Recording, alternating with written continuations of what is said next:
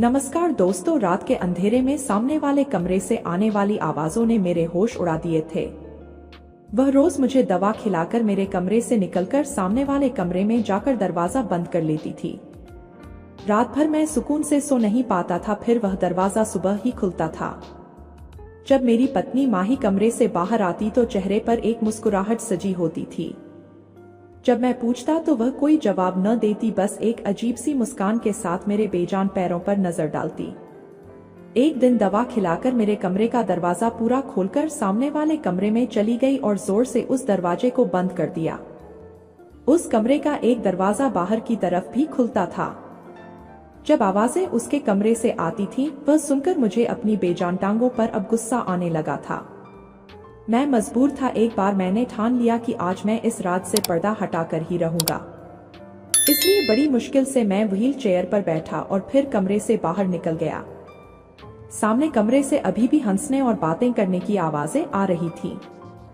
मैंने कमरे के कीहोल से झांककर देखा। जो मंजर मेरी आंखों ने देखा उससे मेरे होश उड़ गए थे। मैंने गुस्से से दरवाजा पीटना शुरू कर दिया। जैसे ही दरवाजा खुला, सामने खड़े आदमी को देखकर मेरे होश ही उड़ गए, क्योंकि सामने तो मेरा ही मैं एक बहुत ही अमीर 30 साल का नौजवान था। किसी चीज की कोई कमी नहीं थी। माही मेरे पापा के ऑफिस में काम करने वाली एक छोटी सी वर्कर थी, जिसकी तनख्वाह भी बहुत कम थी। एक बार मैं किसी काम की वजह से अपने पापा के ऑफिस में गया और उनसे कुछ डॉक्यूमेंट साइन करवाकर उनके कमरे से बाहर निकल गया। तभी अचानक मेरी नजर माही पर पड़ी। मैं किसी काम से पापा के ऑफिस में आया था, लेकिन माही की खूबसूरती ने मुझे मजबूर कर दिया था कि मैं वापस पापा के केबिन में जाऊं। मैंने उनसे माही के बारे में पूछा तो वह कहने लगे कि वह कुछ ही महीने पहले हमारे ऑफिस में काम कर रही है। बहुत ही अच्छी और मेहनती लड़की है। मैंने कहा, मुझे भी एक ऐसी ही लड़की की जरूरत है। अगर आप माही से कहें कि वह मेरे ऑफिस में काम कर ले तो मेरी मुश्किल आसान हो जाएगी। मेरे पापा को भला क्या एतराज हो सकता था, और वैसे भी पापा मेरी किसी बात को टाल नहीं सकते थे। मैं उनकी इकलौती औलाद था। बस पापा को मेरी एक ही बात से प्रॉब्लम रहती थी कि मैं जिंदगी में मैच्योर कब होऊंगा। मेरी माँ भी चाहती थी कि अब मैं शादी करके सेटल हो जाऊं, लेकिन मैं शादी के झंझट में पड़ना नहीं चाहता था। मैं आजादी से खुलकर अपनी जिंदगी को एंजॉय करना चाहता था। मैंने अपना एक अलग से फ्लैट ले रखा था। माही को मेरे ऑफिस में शिफ्ट कर दिया गया। मैंने सबसे पहले काम यही किया कि उसकी तनख्वाह बढ़ा दी। वह खुश हो गई थी, लेकिन अब तक उसे मेरे इरादों की खबर तक नहीं थी। उसे काम करते कुछ हफ्ते गुजर गए थे। मैं उसे किसी भी काम के लिए कहता तो वह चुपचाप वह काम कर देती थी। मेरे किसी भी बात को ना नहीं करती थी, लेकिन उसने पहली बार मेरे काम के लिए ना कहा। जब मैंने उससे कहा मेरे ऑफिस में काम करने के रूल कुछ अलग हैं, मुझे काम करने वाली लड़कियों का लुक मॉडर्न चाहिए, तो उसने कहा मुझे अपना लुक चेंज करने की कोई जरूरत नहीं है। जब मैं तुम्हारे पापा के ऑफिस में काम करती थी तब भी उन्हें मुझसे कोई दिक्कत नहीं थी, इसलिए तुम मुझे वापस अपने पापा के ऑफिस में भेज दो तो अच्छा है, क्योंकि मुझे यह सब करना मंजूर नहीं है। उसके इनकार ने मेरे अंदर तो आग सी लगा दी थी। आज तक इतनी हिम्मत मेरे आगे किसी लड़की ने नहीं दिखाई। मैंने अगले ही दिन माही से कहा कि तुम्हें मेरे साथ एक बिजनेस लंच पर जाना है, इसलिए तुम मेरे साथ चलो। सबसे पहला सवाल उसने यह किया, क्या वह ऑफिस के टाइमिंग में वापस आ जाएगी, क्योंकि वह ज्यादा देर नहीं रुक सकती। मैंने कहा, हाँ, तुम ऑफिस टाइमिंग में ही लौट आओगी। मेरी बात सुनकर वह मेरे साथ जाने को तैयार हो गई, लेकिन जब मैंने उसे अपने बारे में बताया तो वह गुस्से से लाल हो गई थी। मैंने 20 लाख का चेक और एक बेहुदा सा लिबास उसके सामने रख दिया और कहा कि तुम मुझे इनकार नहीं करोगी। उसने वह चेक और वह ड्रेस मेरे मुंह पर मारा। उसने मेरे ऑफिस की नौकरी भी छोड़ दी। यह बात मेरे जैसे आदमी से कहां बर्दाश्त होनी थी। इसलिए सबसे पहले मैंने अपने पापा से माही की पूरी डिटेल्स ली और कहा कि वह भी माही को अपने ऑफिस में नौकरी पर ना रखें। मेरे पापा ने मेरी बात मान ली और माही को दोबारा नौकरी पर नहीं रखा। उसके बाद मैंने उसके बाप का एक्सीडेंट करवा दिया। उसे जिंदगी और मौत तक पहुंचा दिया। और अब जब वह मेरे पास मदद के लिए आई तो मैंने उसे साफ कह दिया, मिस माही, अगर आप चाहती हैं कि मैं आपकी कुछ मदद करूं तो अपनी शराफत को मेरे ऑफिस से बाहर रख कर आएं। वह कहने लगी, मुझे तुम्हारी शर्त मंजूर है, लेकिन बदले में तुम्हें भी मेरी एक शर्त माननी पड़ेगी। मैंने हैरत से उसकी तरफ देखा और कहा, कैसी शर्त? उसने कहा, तुम्हें मुझसे शादी करनी पड़ेगी। उसकी बात पर मैं जोर से हंसा और एक वकील को अपने कमरे में बुला लिया। माही मेरे सामने बैठी थी, मुझे उलझी हुई नजरों से देख रही थी। मैंने कहा, माही, आप अपने फैसले पर आजाद है। एक तरफ 20 लाख का चेक था और दूसरी तरफ मैरिज पेपर। उसकी नजरें कभी 20 लाख के चेक पर जाकर टिक जाती, जिसकी उसे इस वक्त बहुत ज्यादा जरूरत थी, तो कभी उन पेपरों पर जिन पर साइन करके वह मेरी पत्नी बन जाती। उस लड़की के लिए शायद यह फैसला करना बहुत मुश्किल था। मैंने माही को दोराहे पर लाकर खड़ा कर दिया था।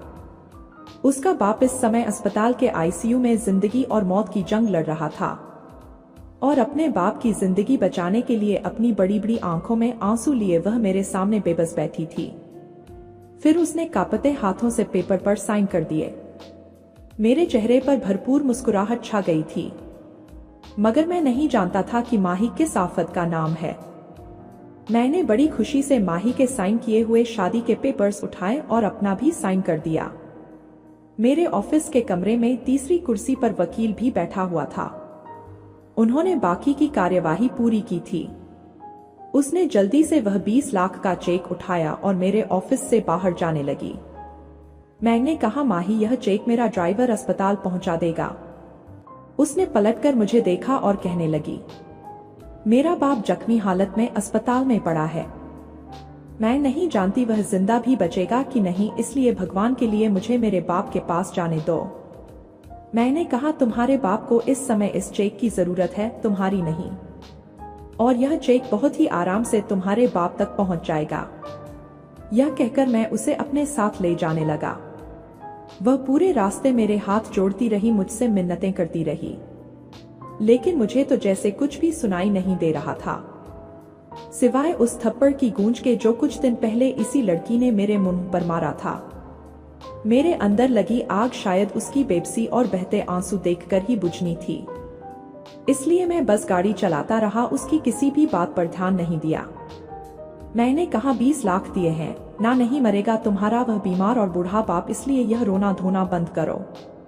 अब तुम मेरी पत्नी बन चुकी हो। मेरे कहने पर वह तड़प उठी थी, कहने लगी, नफरत है मुझे तुम जैसे अमीर बिगड़े हुए लड़कों से। खैर, यह शादी माही के लिए शादी होगी, लेकिन मेरे लिए यह कोई भी अहमियत नहीं रखती थी। माही का बाप तड़प तड़प कर अस्पताल में दम तोड़ चुका था, लेकिन मुझे इस बात से कोई फर्क नहीं पड़ता था। माही का उसके बाप के अलावा और कोई नहीं था। हालांकि मेरा बदला पूरा हो चुका था, मैं उसे पत्नी बनाकर रखना नहीं चाहता था। धीरे धीरे जितना मैं उसकी संगत में रहता उतनी ही वह मुझे अच्छी लगने लगी थी। एक बार वह बहुत बीमार हो गई थी और तब मेरी जान पर ही बनाई थी। उस समय मुझे इस बात का एहसास हुआ कि मैं तो माही को पसंद कर बैठा हूँ। उसकी तकलीफ मुझे बर्दाश्त नहीं हुई थी। मैं रात भर उसकी खातिर जागता रहा, उसका ख्याल रखता रहा। कुछ दिन में वह ठीक हो गई थी।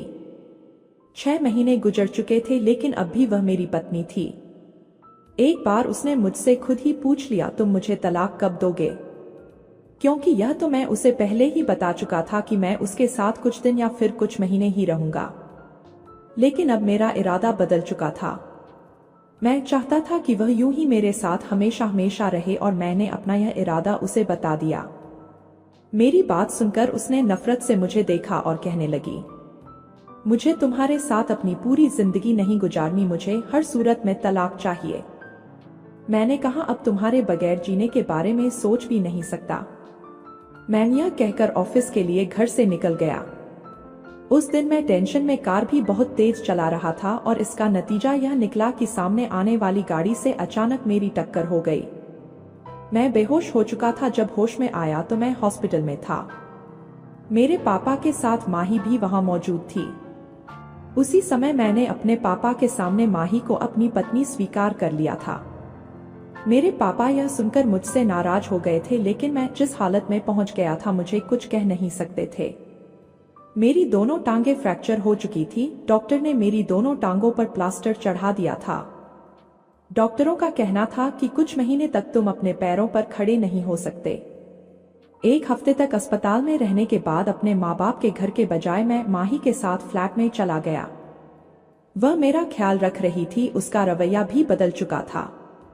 लेकिन मुझे रात को दवा देने के बाद वह मेरे कमरे से बाहर निकल जाती थी। फिर पूरी रात वह कमरे में नहीं आती थी। मैं उस समय इस कदर मोहताज हो चुका था कि खुद से बेड से उठ भी नहीं सकता था। मेरे कमरे का दरवाजा खुला हुआ था। वह सामने वाले कमरे में थी, लेकिन उसके कमरे का दरवाजा बंद था। उस समय मेरा जी बेहद घबराने लगा था। मेरे ऑफिस के काम के सिलसिले में माही ही मुझे फाइल साइन करने के लिए देती थी।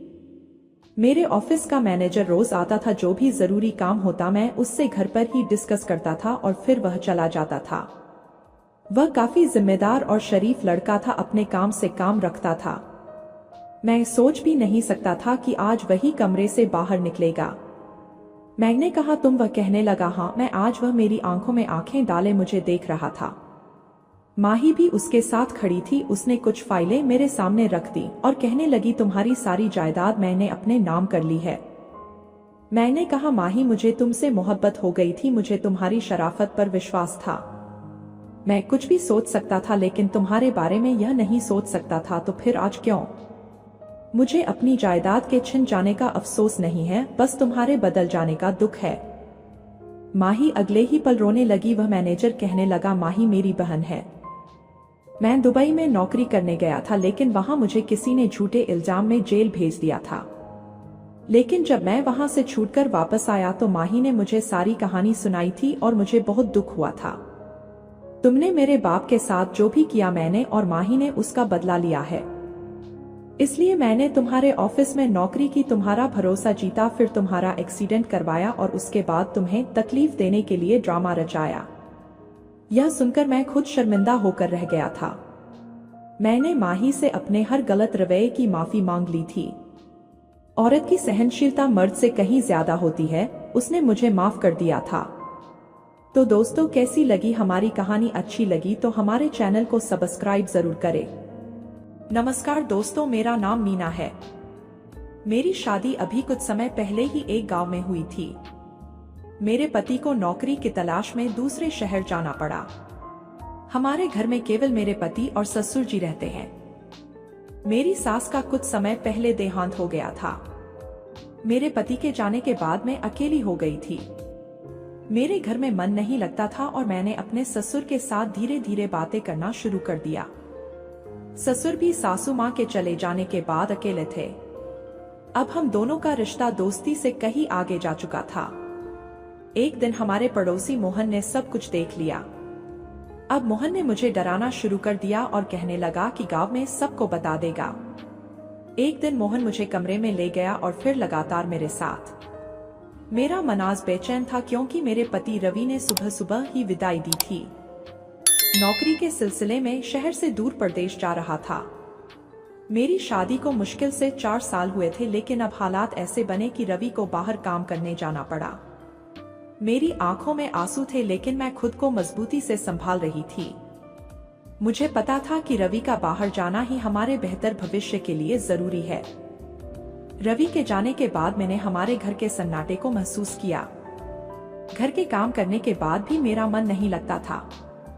दिन भर घर की चारदीवारी में अकेले रहना मेरी आदत में नहीं था। मेरे ससुर घर पर होते थे, लेकिन वह एक बुजुर्ग व्यक्ति थे और दिन भर चुपचाप रहते।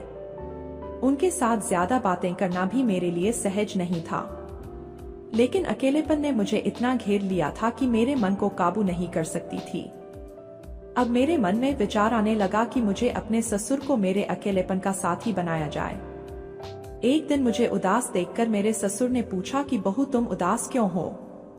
मैंने मेरे ससुर जी को कहा कि मेरा घर में मन नहीं लगता। धीरे धीरे मेरे ससुर और मेरे बीच बातें होने लगी। मेरे ससुर मेरी देखभाल करते और मुझे अकेलेपन का एहसास न होने देने की कोशिश करते। एक दिन तेज बारिश हो रही थी। अंधेरे में मेरे ससुर जी का पैर फिसल गया और वह गिर गए।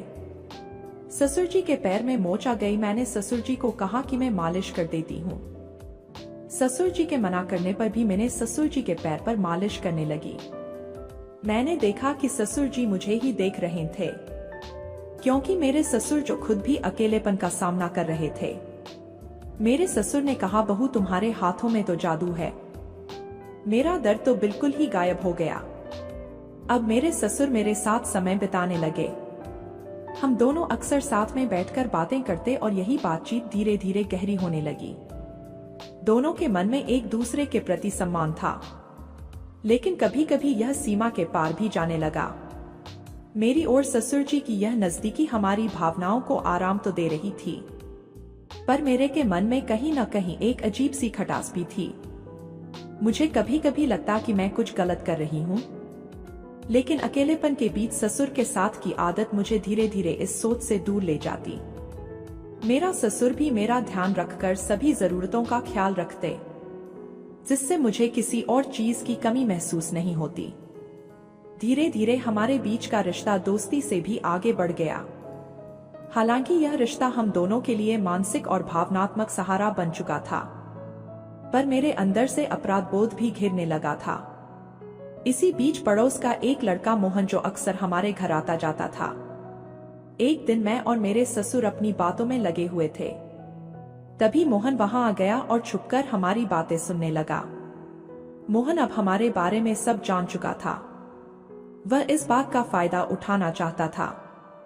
एक दिन मेरे ससुर जी बाहर गए हुए थे, तभी मोहन हमारे घर आ गया और मुझसे कहने लगा कि वह हमारे बारे में जानता है। वह मेरे अकेलेपन का फायदा उठाने की कोशिश में था। शुरुआत में मैंने उसकी बातों को नजरअंदाज किया, लेकिन वह धीरे धीरे अपनी हरकतों से मुझे असहज करने लगा। वह मेरे करीब आने के बहाने ढूंढने लगा और मेरी कमजोर भावनात्मक स्थिति का फायदा उठाकर मुझे अपनी बातों में उलझाने की कोशिश करता। एक दिन मोहन ने मुझे अकेला पाकर हाथ पकड़ लिया। मैंने उसे डांटकर दूर कर दिया, लेकिन मैं उससे कुछ कह नहीं पाई। मुझे लगा कि अगर उसने यह बात किसी से कही तो मेरी खुद की प्रतिष्ठा दांव पर लग जाएगी। अब मुझे डर लगने लगा था। एक तरफ ससुर के साथ मेरी बढ़ती नजदीकी और दूसरी तरफ मोहन की बुरी नीयत। अब मैं अपने ही बिछाए जाल में फंस गई थी। रवि के बिना यह सब झेलना मेरे लिए बहुत कठिन हो गया था। रातों को मैं सो नहीं पाती, मन में लगातार घबराहट और बेचैनी बनी रहती। मैं चाहकर भी किसी से अपने दिल की बात नहीं कह पाती थी। इस बीच रवि जब घर आया तो रवि ने देखा कि मेरे व्यवहार में कुछ बदलाव नजर आया। रवि को मैं पहले जैसी नहीं लग रही थी। रवि ने मेरी आंखों में छुपा हुआ दर्द देख लिया था। रवि ने मुझसे कई बार पूछा, लेकिन मैं कुछ नहीं कहती। एक दिन रवि ने पड़ोस के लोगों से कुछ बातें सुनी जो मेरे और मोहन के बारे में थी। उसके मन में शक की लहर उठी। अब रवि सारी बातें नोट करने लगा। तभी एक दिन रवि ने कहा कि वह खेत में काम करने जा रहा है। उस दिन मोहन हमारे घर आ गया और मुझे परेशान करने लगा। अब सच रवि के सामने आ गया था। रवि ने मुझसे आकर पूछा तो मैं डर गई और कुछ नहीं बोल पाई। लेकिन रवि के मुझे विश्वास दिलाया कि मैंने जो कुछ भी किया है वह मुझे माफ कर देगा। मैंने हिम्मत से काम लिया और सब कुछ सच सच बता दिया। ससुर जी के साथ मेरी भावनात्मक नजदीकी और मोहन की हरकतें सुनकर रवि का दिल टूट गया। उसे यकीन नहीं हो रहा था कि उसकी पत्नी ने इतनी तकलीफें अकेले झेली और उसने कभी कुछ नहीं कहा। रवि ने खुद को शांत किया और मुझसे कहा, मुझे तुम्हारी मजबूरी समझ में आती है। तुमने किसी से कुछ नहीं कहा, यही तुम्हारी सबसे बड़ी गलती थी। लेकिन मैं जानता हूं कि तुमने किसी को नुकसान पहुंचाने की मंशा से ऐसा कुछ नहीं किया। रवि ने धीरे धीरे मुझे इन सब परिस्थितियों से बाहर निकाला। उसने ससुर जी से भी इस बारे में बात की और समझाया कि उन्हें मुझे को मानसिक और भावनात्मक आजादी देनी होगी। साथ ही रवि ने मोहन से सख्ती से निपटा ताकि वह दोबारा मेरे पास पटकने की हिम्मत न कर सके। धीरे धीरे मैंने खुद को संभालना शुरू किया। रवि के साथ मेरी भावनात्मक दूरी भी खत्म होने लगी। मैं अपनी पुरानी गलतियों से उबरकर एक नई शुरुआत करने के लिए तैयार हो गई। अब मैं पहले से ज्यादा मजबूत और समझदार थी। रवि ने भी अपने जीवन साथी की मजबूरियों को समझा और उनके रिश्ते में फिर से विश्वास और प्रेम की नींव रखी। तो दोस्तों, कैसी लगी हमारी कहानी? अच्छी लगी हो तो हमारे चैनल वायरल स्टोरी 76 को सब्सक्राइब जरूर करें। धन्यवाद। नमस्कार दोस्तों, राहुल एक छोटे से गांव का लड़का अपनी पढ़ाई के लिए एक बड़े शहर में आया था। उसका सपना इंजीनियर बनने का था और इसके लिए उसने एक प्रतिष्ठित कॉलेज में दाखिला लिया। उसने शहर के एक व्यस्त इलाके में एक फ्लैट किराए पर लिया। यह एक छोटा सा फ्लैट था, लेकिन राहुल के लिए यह एक नया अनुभव था जो उसे गांव की सादगी से बहुत अलग लग रहा था। राहुल ने अपने आप को पढ़ाई में पूरी तरह से डुबो दिया, लेकिन उसे अपने आसपास के लोगों से भी मेलजोल बढ़ाना था। उसके फ्लैट के ठीक सामने एक और फ्लैट था जहां एक युवा महिला सीमा रहती थी। सीमा अपने पति राकेश के साथ रहती थी, जो अक्सर काम के सिलसिले में शहर से बाहर रहता था। एक दिन राहुल अपने कमरे में बैठा पढ़ाई कर रहा था कि अचानक दरवाजे पर खटखट हुई। उसने दरवाजा खोला तो सामने सीमा खड़ी थी। उसने हल्के मुस्कान के साथ राहुल से पूछा, क्या तुम मेरे लिए कुछ मदद कर सकते हो? मेरा गैस सिलेंडर खत्म हो गया है और मुझे चूल्हा जलाना है। राहुल ने विनम्रता से उसकी मदद की और इस तरह उनकी पहली मुलाकात हुई। सीमा की आंखों में कुछ ऐसा था जो राहुल को आकर्षित कर गया था, लेकिन वह अपने आप को इस ओर ज्यादा सोचने से रोकने की कोशिश कर रहा था। अगले कुछ दिनों में राहुल और सीमा के बीच की मुलाकातें बढ़ने लगीं। सीमा उसे अपने घर बुलाती, चाय नाश्ता कराती और धीरे धीरे दोनों के बीच एक अनोखी दोस्ती बनने लगी।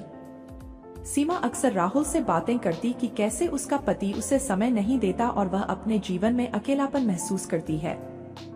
राहुल को भी शहर में एक दोस्त की तलाश थी और सीमा ने उसकी इस खाली जगह को भरने का काम किया। राहुल और सीमा की बढ़ती दोस्ती पड़ोसियों की नजर में आने लगी। कई बार राहुल को लगता कि कुछ लोग उन्हें अजीब निगाहों से देख रहे हैं, लेकिन सीमा ने उसे यह कहकर आश्वस्त किया कि लोग तो हमेशा बातें बनाते रहते हैं, उन्हें नजरअंदाज करना चाहिए। राहुल का ध्यान पढ़ाई से भटकने लगा। वह अक्सर सीमा के बारे में सोचता और उससे मिलने के बहाने ढूंढता। तभी नेहा, राहुल की कॉलेज की दोस्त जो हमेशा राहुल के साथ खड़ी रहती है, वह राहुल के साथ कुछ समय से प्यार में है, लेकिन उसने कभी इसे खुलकर नहीं जताया। लेकिन राहुल की दोस्ती जब से सीमा से हुई तब से नेहा को कुछ अजीब महसूस होने लगता है। वह राहुल के प्रति अपनी चिंता जताने लगती है, क्योंकि वह देखती है कि राहुल का ध्यान पढ़ाई से हट रहा है। एक दिन वह राहुल से यह सवाल पूछती है, क्या सीमा तुम्हारे लिए सिर्फ एक दोस्त है या उससे कुछ ज्यादा? राहुल नेहा को कोई स्पष्ट जवाब नहीं दे पाता। नेहा को राहुल की ओर से साफ संकेत नहीं मिलने पर उसे दिल में चोट लगती है। फिर एक दिन जब राहुल सीमा के घर गया तो उसने देखा कि सीमा के चेहरे पर चोट के निशान थे। जब राहुल ने पूछा कि क्या हुआ तो सीमा ने उसे बताया कि उसका पति राकेश उस पर अक्सर हाथ उठाता है। वह एक हिंसक और कठोर व्यक्ति था और सीमा इस रिश्ते में फंस चुकी थी। राहुल को सीमा की हालत देखकर गुस्सा आया और उसने उसे इस रिश्ते से बाहर निकलने का सुझाव दिया, लेकिन सीमा ने उसे समझाया कि यह इतना आसान नहीं है। इसी बीच मीरा शहर में अपनी बहन से मिलने आती है और एक दिन उसकी मुलाकात राहुल से होती है। मीरा पहली नजर में ही राहुल से प्रभावित होती है और दोनों के बीच एक सहज आकर्षण पनपने लगता है।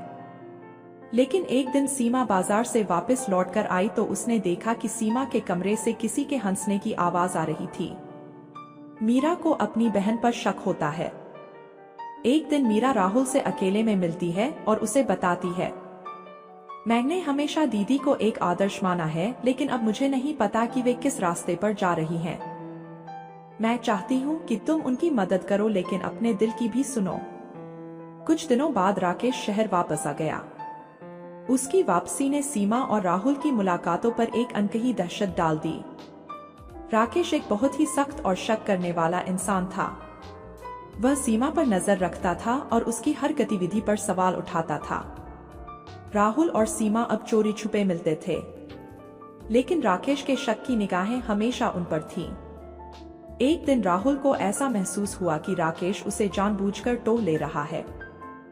राकेश ने उससे कई बार तीखे सवाल पूछे, जिससे राहुल असहज हो गया।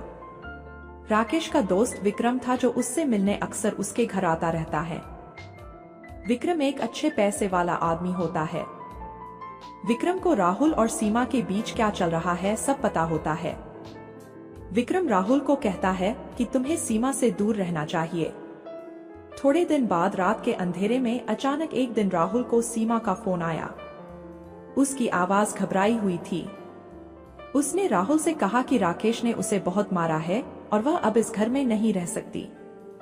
राहुल ने उसे कुछ समय के लिए उसके फ्लैट में शरण लेने की सलाह दी। जब सीमा रात में राहुल के फ्लैट में आई तो वह बुरी हालत में थी। उसने बताया कि राकेश उसके साथ बहुत बुरा व्यवहार कर रहा है और उसने जान से मारने की धमकी दी है। राहुल ने उसे समझाया कि उसे पुलिस में शिकायत करनी चाहिए, लेकिन सीमा डर गई थी। अगले दिन एक दिल दहलाने वाली खबर राहुल के सामने आई। राकेश की लाश उसके फ्लैट में मिली। पुलिस ने इसे एक दुर्घटना करार दिया, लेकिन राहुल के मन में कई सवाल थे। क्या यह वाकई एक हादसा था या इसके पीछे कोई गहरा राज छिपा था? पुलिस ने मामले की जांच शुरू की, लेकिन कोई ठोस सबूत नहीं मिला। सीमा ने पुलिस को बयान दिया कि राकेश ने खुद को शराब के नशे में चोट पहुंचाई, जिससे उसकी मौत हो गई। लेकिन राहुल के मन में शंका थी, उसे यह सब कुछ संयोग नहीं लगा। राहुल ने अपने तरीके से जांच शुरू की। उसने पड़ोसियों से बात की और पता चला कि राकेश का स्वभाव बेहद हिंसक था। लेकिन कुछ पड़ोसियों ने यह भी कहा कि सीमा का किसी और के साथ संबंध था। राहुल अब खुद उलझन में था, क्या वह सीमा पर भरोसा कर सकता था? कुछ दिनों बाद राहुल को सीमा के घर से एक पुराना डायरी मिला, जिसमें राकेश की जिंदगी के कई गहरे राज छिपे थे। राहुल को धीरे धीरे यह समझ में आने लगा कि राकेश की मौत एक साधारण दुर्घटना नहीं थी। उसने सीमा का सामना किया और उससे सच्चाई जाननी चाहिए। पहले तो सीमा ने सब कुछ नकारा, लेकिन बाद में उसने स्वीकार किया कि उसने यह अपने बचाव के लिए किया था। राकेश उसे मारने वाला था और सीमा ने खुद को बचाने के लिए उस पर हमला कर दिया था। सीमा की सच्चाई जानने के बाद राहुल ने फैसला किया कि वह उसकी मदद करेगा। लेकिन अब राहुल खुद एक मुश्किल स्थिति में था, क्योंकि पुलिस भी उस पर शक करने लगी थी। राहुल और सीमा ने मिलकर एक योजना बनाई ताकि वे इस मामले से बच सकें। लेकिन जैसे जैसे जांच गहराई में गई, कुछ ऐसे तथ्य सामने आए जिन्हें जानकर राहुल के पैरों तले जमीन खिसक गई। उसे पता चला कि राकेश की मौत का असली कारण सीमा का बचाव नहीं था, बल्कि कुछ और ही था। विक्रम राकेश की मौत के पीछे का असली मास्टरमाइंड था और उसका मकसद अब सीमा को अपने साथ रखना था। राहुल को अब समझ नहीं आ रहा कि वह किस पर भरोसा करे। एक तरफ विक्रम उसे धमकियां देता है तो दूसरी ओर सीमा उसके पास रहना चाहती है, जबकि मीरा उससे यह कहती है कि वह इस खेल से बाहर निकल जाए। नेहा का दिल टूट चुका है, लेकिन वह राहुल को सीमा और विक्रम की साजिश से बचाने के लिए हर मुमकिन कोशिश करती है। मीरा, जो इस पूरी साजिश से अनजान है, धीरे धीरे राहुल के करीब आ रही है। राहुल को अब तय करना है कि वह किसके साथ जाएगा, सीमा, नेहा या मीरा। राहुल को अपनी जिंदगी का सबसे कठिन फैसला लेना पड़ता है। नेहा उसे सच्चे प्रेम का एहसास दिलाती है और मीरा उसकी मासूमियत से उसे नई उम्मीद देती है।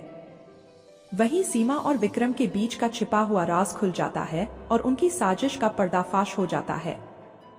इस कहानी से पता चलता है कि कुछ रिश्ते कभी कभी सिर्फ धोखे होते हैं और उनकी सच्चाई जानने में बहुत देर हो सकती है। तो दोस्तों, कैसी लगी हमारी कहानी? अच्छी लगी तो हमारे चैनल वायरल स्टोरी 76 को सब्सक्राइब जरूर करें। नमस्कार दोस्तों, मेरा नाम आशा है। मेरी शादी कुछ समय पहले ही निखिल के साथ हुई। निखिल गांव का रहने वाला है और मेरा परिवार शहर में रहता है। जब मैं कॉलेज में पढ़ती थी तब मेरी दोस्ती मेरे क्लासमेट से हो गई। लेकिन एक दिन मेरे भैया को जब हमारे बारे में पता चला तो उन्होंने मेरी शादी करवा दी। निखिल की दुल्हन बनकर मैं शहर छोड़कर गांव गई और अंदर ही अंदर बहुत निराश थी। शादी को लेकर मैं तरह तरह के सपने सजा रखी थी, पर अब मेरे पास कोई रास्ता नहीं था। शहर की चकाचौंध और ऐसो आराम को छोड़कर मुझे अब अपनी जिंदगी गांव में बितानी थी। जब मैं निखिल के घर पर पहला कदम रखा तो गांव की औरतों ने मिलकर मेरा स्वागत किया था। मुझे चारपाई पर बैठाकर ढेर सारे तोहफे दे गए थे। तभी एक लड़का मुझे तोहफा देने आया तो और मुझे कहने लगा, आशा तुम तो बहुत खूबसूरत हो। जब मैं अकेली हुई तो मैं कमरे का जायजा लेने लगी। यह घर उतना भी बुरा नहीं था जितना मैं सोच कर आई थी। मुझे इतना ही मालूम था कि मेरे पति निखिल एक फैक्ट्री में मजदूर का काम करते हैं। मेरा भाई अपनी बहन की शादी एक मजदूर से करवा देगा, यह सोचकर ही मुझे रोना आ रहा था। और मुझे यह भी मालूम नहीं था कि निखिल के परिवार में और कौन कौन है। मैंने तो ठीक से निखिल को भी नहीं देखा था।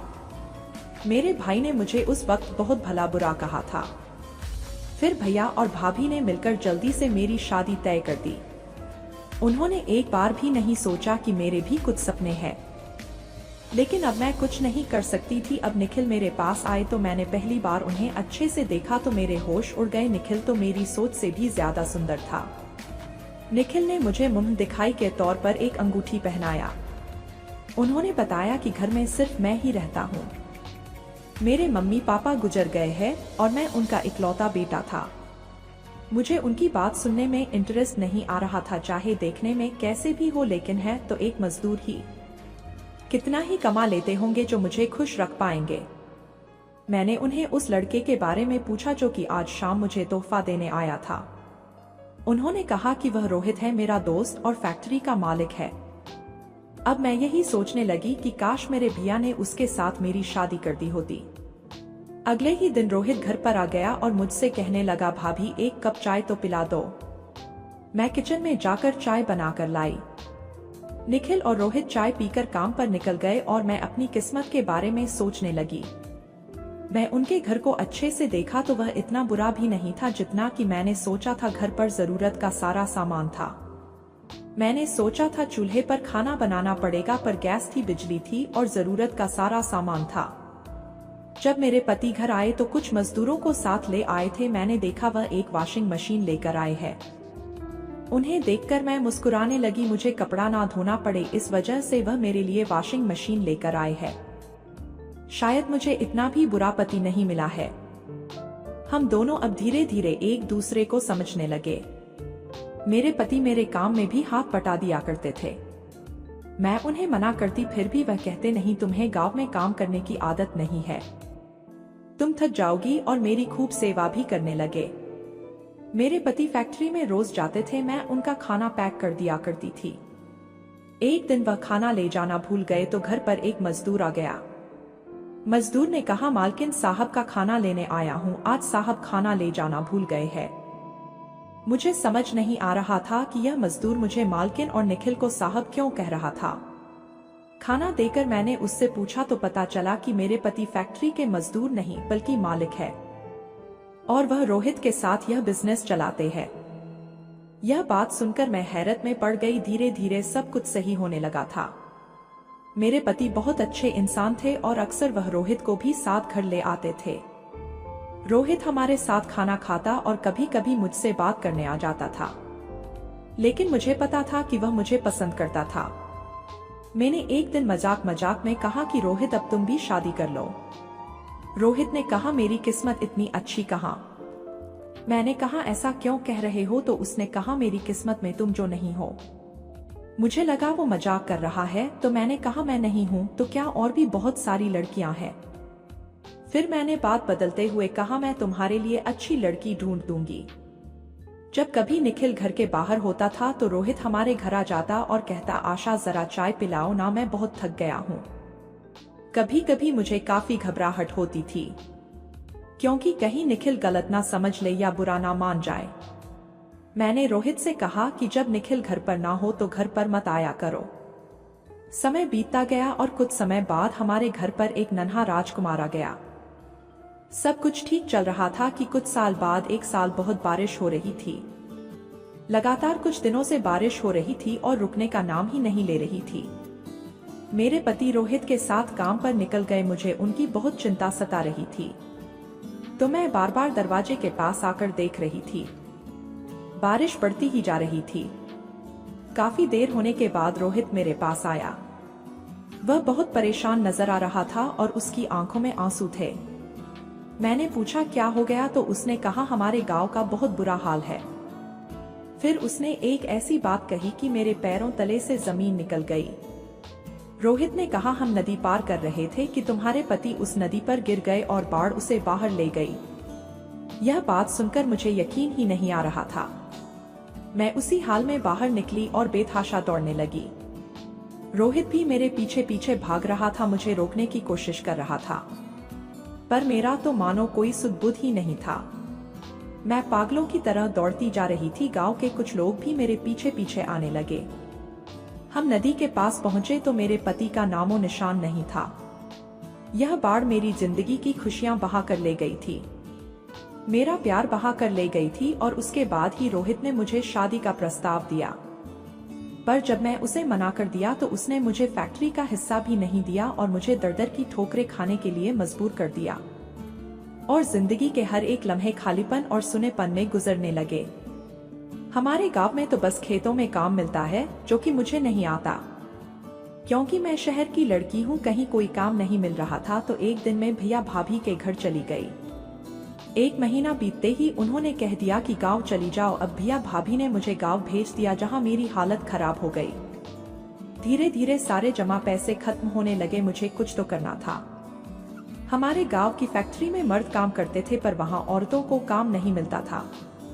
अंत में बच्चे की बुरी हालत देखकर मैंने मर्द के भेष में फैक्ट्री में काम करने की सोची और मेरा बेटा, जो कि अब 6 साल का हो चुका था, उसे स्कूल में डाल दिया। मैंने मर्द बनकर वहां काम ले लिया। मुझे कोई पहचान ना सका और मैं मेहनत मजदूरी करने लगी। मर्द का भेष बनाकर मैं अपने ही फैक्ट्री में काम करने लगी, जिसके मालिक मेरे पति थे और इसकी फैक्ट्री में आज मैं मजदूर थी। और अभी मुझे यह डर सताने लगा कि अगर रोहित ने मुझे देख लिया तो मेरी जिंदगी का क्या होगा। मर्द का काम करते करते इतनी थक जाती थी कि यही सोचती थी कि काश कोई मेरा हाथ थाम ले। पर एक दिन तेज बारिश हो रही थी। हम अपना काम समेट रहे थे कि तभी मालिक आ गए और मुझे देखने लगे। मुझे देखकर उन्हें शक हुआ कि मैं मर्द नहीं बल्कि औरत हूँ। मैं डर गई और थर-थर कांपने लगी। मुझे लगा आज मैं बच नहीं पाऊंगी। इतने दिनों से मालिक को धोखा देकर मैं यहाँ पर काम कर रही थी। मेरा रूप देखकर यह तो समझ में आ गया कि मैं औरत हूँ, पर मेरी पहचान उन्हें मालूम ना चले। पर मालिक मेरी ओर एकटक देखते रह गए थे। मैं यही दुआ मांग रही थी कि उन्हें पता ना चले, पर वह जिस तरह से मेरी ओर देख रहे थे, मुझे लगने लगा कि उन्हें सब मालूम चल चुका है। और मैं यही सोचने लगी कि अगर मेरा यह काम चला गया तो मैं क्या करूंगी, मैं अपना घर कैसे चलाऊंगी। तभी रोहित ने जब मेरी शक्ल देखी तो उसके पैरों तले से जमीन निकल गई। उसने कहा, तुम हो जो मर्द बनकर मेरी फैक्ट्री में काम करती थी। तुम जैसी खूबसूरत औरत को इतना मेहनत करने की जरूरत नहीं है। रोहित ने कहा, तुमने मुझे ठुकरा कर अच्छा नहीं किया। तो मैंने कहा, मेरे पति शायद जिंदा है और मैं उनकी पत्नी हूँ।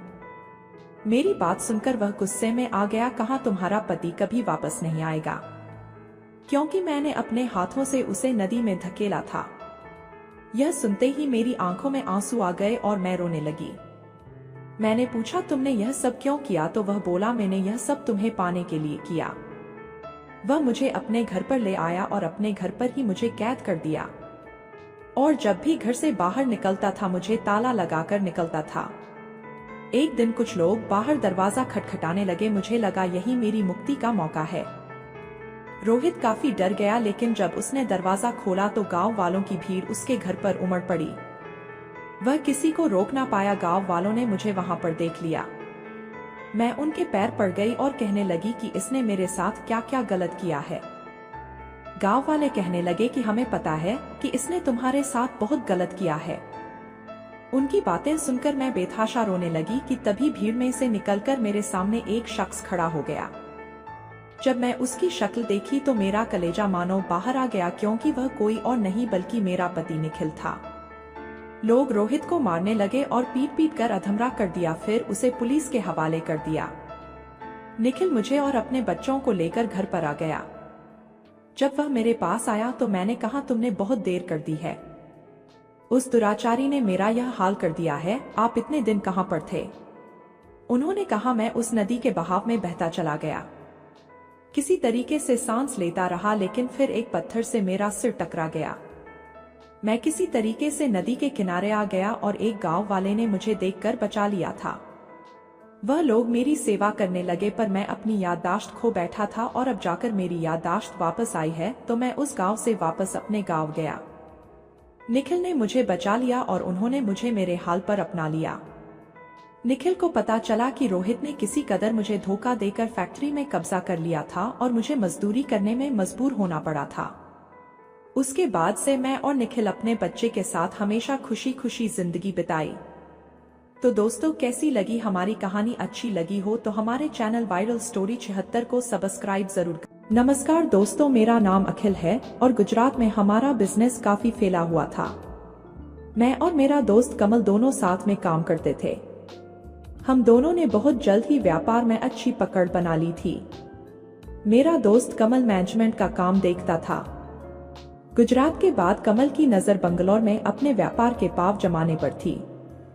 कुछ दिन बाद बंगलौर में हमारे नए ऑफिस के आरंभ के कुछ महीनों में ही शानदार परिणामों के कारण मैंने कमल को बंगलौर में व्यापार के मालिकाना हक प्रदान किए। व्यापार तो बंगलौर में अच्छा शुरू हुआ और मेरे पिताजी के आदेशानुसार कमल और उसकी पत्नी गीता को बंगलौर में ही शिफ्ट होना पड़ा। लंबे समय के इस स्वर्ग स्वरूपी जीवन को जीने के बाद हमारे बिछड़ने की बारी आ गई थी, मगर पैसों के लिए इस त्याग को अपनाना आवश्यक था। कमल का काम मैंने सीख लिया था, लेकिन एक मालिक और मैनेजमेंट का काम संभालना बहुत ही दिमागी थकान वाला काम था। मुझे कमल वाला काम संभालने वाले एक व्यक्ति की जरूरत थी। पिताजी की सलाह पर मैंने विक्रांत को अपने पास बुलाया, जो कि अपनी बिजनेस मैनेजमेंट की पढ़ाई पूरी कर चुका था। लेकिन मेरे लिए बीती रात एक पहेली थी जिसे मैं सुलझाना चाहता था और इसीलिए मैंने अपने छोटे भाई विक्रांत को बात करने के लिए बुलाया। मैं उसका इंतजार कर रहा था और इंतजार करते करते बीते हुए समय की घटनाओं को याद करने लगा। विक्रांत यानी कि मेरा छोटा भाई, उसकी आयु 27 साल की थी। वह 3 साल पहले ही अपनी पढ़ाई पूरी करके घर लौटा था और वह हमारे उत्पाद के उत्पादन के काम को देख रहा था। विक्रांत की शादी वाणी से हुई थी। वाणी मेरे पिताजी के मित्र की पुत्री थी। एक कार दुर्घटना में वाणी के पिता चल बसे और उसके दुख में 2 महीने बाद ही वाणी की मां का भी देहांत हो गया था। वाणी की मां की अंतिम इच्छा थी कि 14 साल की वाणी को उसके परिवार वालों के भरोसे न छोड़कर हमारे पिता की छत्रछाया में ही रखा जाए। वाणी हमारे साथ ही बड़ी हुई। कुछ सालों में विक्रांत पढ़ाई करने चला गया। उसके बाद मेरा विवाह रानी से हुआ। मेरे और रानी से विवाह के 3 साल बाद हम घर वालों को पता चला कि विक्रांत और वाणी एक दूसरे से पसंद करते हैं और विवाह करना चाहते हैं। पिताजी ने उनकी इच्छा पूरी की और वाणी की मां की इच्छा के अनुसार वाणी को हमारे घर में रखने की जिम्मेदारी भी पूरी हो गई, क्योंकि वाणी शायद ही इस घर से ज्यादा कहीं और दूसरे घर में खुश रह पाती। वाणी विक्रांत अब शादीशुदा थे और अब हमारे पास गुजरात आ रहे थे। विक्रांत ने व्यापार में कमल की भूमिका ले ली थी और उसका भली भांति निर्वाह कर रहा था। उधर कमल भी बंगलौर में व्यापार को लेकर सफल था। विक्रांत को यहाँ आए करीब 3 महीने गुजर गए थे। सब कुछ ठीक चल रहा था, तभी एक शाम कमल और गीता का फोन आया। वो हम दोनों को कुछ दिन के लिए बंगलौर बुलाना चाहते थे, मगर व्यापार को छोड़कर जाना मुश्किल था। गीता और कमल के द्वारा काफी मिन्नतें करने के बाद मैंने रानी को उनके पास भेजने की अनुमति दे दी। अगले दिन रानी बंगलौर के लिए निकल गई। विक्रांत पार्टी का शौकीन था, इसलिए विक्रांत ने पार्टी का माहौल बना लिया। विक्रांत और मैंने हंसी मजाक में पार्टी पूरी की और कब नींद आ गई इसका पता भी न चला। सुबह नींद हल्की सी खुली तो मैं झटके से उठ गया और देखा तो चक्कर खा गया। ध्यान दिया तो पता चला कि कमरा भी मेरा नहीं है। मैं बाहर आया तो देखा कि विक्रांत उसी सोफे पर गहरी नींद में सोया पड़ा है। खाना वैसे का वैसे ही रखा है। मैं सीधे अपने कमरे में गया और तैयार होकर सीधे ऑफिस चला गया। दिमाग समझ नहीं पा रहा था कि कैसे क्या हुआ ये सब, मगर यह सोचते सोचते दिमाग के 12 बज गए थे। रात को हुई घटना समझ से परे थी, समझ नहीं आ रहा था। मैंने अपनी सारी मीटिंग्स कैंसिल की और अपने केबिन में दुबक कर बैठा रहा। विक्रांत आज ऑफिस नहीं आया था। अब तो उल्टा मेरे घर जाने का समय हो गया था, लेकिन घर जाने की हिम्मत नहीं हो रही थी। मुझे तो कल रात क्या हुआ था यह पता भी नहीं था। ऑफिस से मैं सीधा होटल गया और वहां पर खाना खाया और देर रात 10 बजे घर की तरफ मेरे कदम बढ़े। घर जाते जाते मैंने यह सोच लिया था कि कल रात जो भी हुआ है उसके लिए विक्रांत से बात करूंगा और अपने किए की माफी मांग लूंगा। जब मैं अपने फ्लैट पर पहुंचा तो गेट वाणी ने खोला। मैं सीधा अपने फ्लैट के ऊपर वाले कमरे में चला गया और विक्रांत को ऊपर आने के लिए फोन किया। रात की किताब में जो पन्ने अनपढ़े और अनसुलझे रह गए थे उन्हें खोलकर पढ़ने की कोशिश कर ही रहा था कि विक्रांत आ गया। मैं विक्रांत से बोला, भाई जो कल रात हुआ मुझे उसके बारे में कुछ नहीं पता। शायद यह यकीन करना ना करना मुश्किल हो, लेकिन सच यही है कि जो हुआ मुझे उसका आभास भी नहीं था। इस पर विक्रांत बोला, अगर आपको अपनी की हुई गलती के बारे में पता ही नहीं है तो आप किस बारे में माफी मांग रहे हैं भैया? किसी भी सजा पाने वाले व्यक्ति को उसकी गलती का एहसास ना हो तो वह सजा किस काम की? उसी तरह जिस तरीके से आप माफी मांग रहे हैं और आपको आपकी गलती का ही पता नहीं तो यह माफी किस काम की? विक्रांत बोला, मैं बताता हूँ बीती रात क्या हुआ। आप गीता को बार बार याद कर रहे थे और कुछ बड़बड़ा रहे थे। सच बताओ भैया, गुस्सा मुझे भी बहुत आया। अब आप मुझे बताइए कि आप गीता के बारे में ऐसा क्यों सोचते हैं? मुझे पता है कि मेरे आने से पहले आप लोग यहाँ लगभग साल भर साथ रहे, तो शायद आप दोनों के बीच में कुछ बातें हुई होगी। मैं दिन भर सोचता रहा कि शायद इसी वजह से कमल और गीता आपसे जुदा हो गए। आपने इसीलिए कमल को बंगलोर वाला मालिकाना हक प्रदान कर अलग किया है। बताइए भैया, मुझे इसका जवाब चाहिए और फिर मैं अपना फैसला आपको बताऊंगा कि आपको माफ करना है या सजा देनी है। किंतु मैं अब उसे क्या जवाब दूं ये मुझे समझ नहीं आ रहा था। मैंने मन ही मन फैसला लिया कि अब मुझे सच विक्रांत को बताना होगा। मैंने कहा, देखो विक्रांत, अगर तुम सुनना ही चाहते हो तो सुनो। मैंने किसी को कोई धोखा नहीं दिया, लेकिन अगर मैं तुम्हारे सामने पूरा सच बताऊंगा तो शायद तुम्हें यकीन भी न हो, लेकिन जो मैं बोलने जा रहा हूँ वही सच है। मैंने कहा, तुम्हें तो पता ही है गुजरात में जब से हमारा बिजनेस शुरू हुआ तब से कमल और मैं साथ में ही रहे हैं। कुछ दिनों के बाद हम बहुत घुल मिल गए और पक्के दोस्त बन गए, और उसके बाद जो कुछ हुआ मैंने अपनी सारी बातें विक्रांत को बताई। विक्रांत ने कहा, मुझे आपकी बात पर विश्वास नहीं हो रहा है। मैंने कहा, देखो विक्रांत, मुझे बड़ा भाई नहीं अपना दोस्त समझो और मेरी बात सुनो। मैंने कहा, देखो विक्रांत, माना मुझसे गलती हो गई है। हमारी जगह खुद को रखकर देखो, उसके बाद सोचना कि क्या गलत था। और उसके बाद मैं सीधा होटल चला गया। मुझे पूर्ण विश्वास था कि कल शाम को विक्रांत का जवाब क्या होगा। अगले शाम हम निश्चिंत होकर के होटल में ही मिले। आते ही मैंने विक्रांत के हाव भाव देखे और मुझे लगा कि वह मुझसे नाराज नहीं है। विक्रांत ने कहा, वाह, मान गए भाई साहब, आपको जीवन के असली मजे तो आपने ही लिए हैं। मैंने कहा, विक्रांत चलो तुम तो समझे, लेकिन वाणी की इस पर क्या प्रतिक्रिया है? विक्रांत ने कहा, वाणी का कहना है कि भैया से गलती हो गई है, इसके लिए अब उनसे नाता तो तोड़ नहीं सकते। वे काफी अच्छे हैं, इसलिए उनको माफ कर देना चाहिए। अगले शाम को विक्रांत ने मुझे बात करने के लिए छत पर बुलाया। विक्रांत ने कहा, क्या हम भी आपकी क्रिकेट टीम में शामिल हो सकते हैं?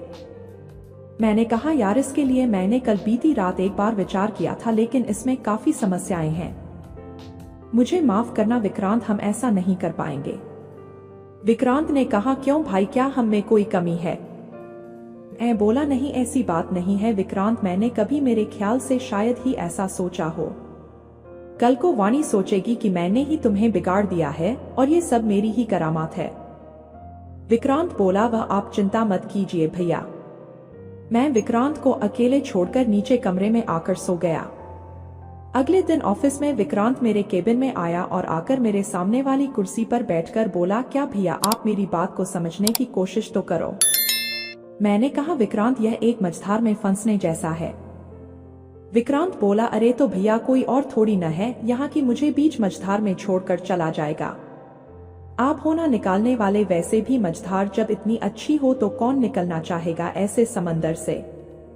विक्रांत अब मेरी बात सुनने को तैयार ही नहीं था। उस पर तो एक अलग ही धुन सवार थी, तो मैंने कहा, देखता हूँ शायद मैं ऐसा कर पाऊं। लेकिन विक्रांत ने मेरी टीम के दूसरे साथियों से भी इसकी अनुमति ले ली। उसके बाद हमने खूब क्रिकेट मैच खेलने का आनंद लिया। तो दोस्तों, कैसी लगी हमारी कहानी? अच्छी लगी हो तो हमारे चैनल को सब्सक्राइब जरूर करें।